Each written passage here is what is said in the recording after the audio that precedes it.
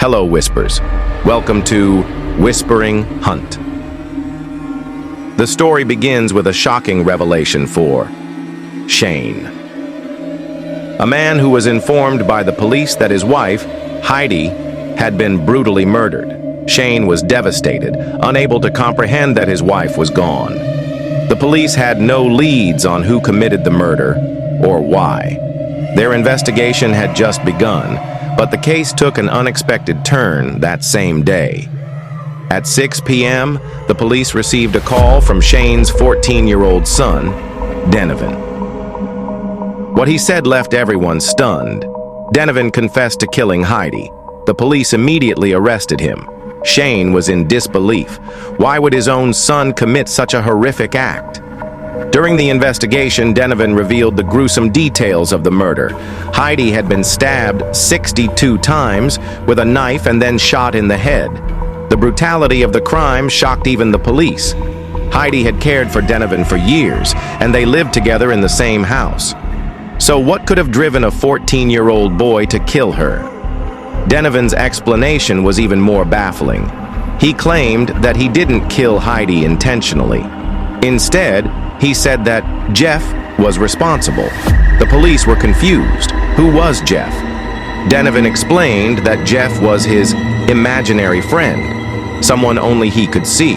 He was referring to Jeff the Killer, a fictional internet character known as a serial killer. According to online lore, Jeff was a bullied individual who lost his sanity after his face was burned in a fire. He became a deranged killer with a signature creepy laugh. Denevan insisted that Jeff had taken control of him and committed the murder. He even had a cut on his face, similar to Jeff's in the stories. Denevan claimed that Jeff was still with him and sometimes controlled his actions. This raised questions about his mental state. Was he truly suffering from a psychological disorder, or was he using the story of Jeff the Killer as an excuse to avoid punishment? Shane, however, refused to believe his son's claims. He described Denevan as a well-behaved, studious boy who had never shown signs of violence or mental illness. The police also investigated Denevan's background. They discovered that, just hours before the murder, Denevan had told a school friend that he planned to kill someone with a knife. The friend dismissed it as a joke, not realizing Denevan was serious. Further digging revealed that Denevan had an online friend named Tatum E, who told the police that Denevan often role-played as Jeff the Killer. He spoke about liking the devil and claimed Jeff was a part of him. This added another layer of complexity to the case.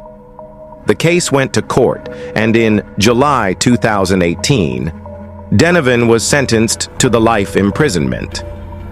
The judge ruled that Denevan was fully aware of his actions and had used the character of Jeff the Killer as a ploy to escape punishment. However, because Denevan was only 14 at the time of the crime, his case was initially handled in juvenile court. In 2020, Denevan's lawyer argued that his case should be revisited in juvenile court, potentially reducing his sentence. The court agreed, and Denevan eventually confessed to the crime. By Lapicus 2023, at the age of 21, Denevan was released. The juvenile court no longer had jurisdiction over him, and his lawyer had exploited legal loopholes to secure his freedom. The question remains, is Denevan mentally stable today? Could he pose a threat to others? Despite the concerns, Denevan is now a free man, leaving many to wonder about the true nature of his actions and the justice system's handling of such a disturbing case. Thank you for watching.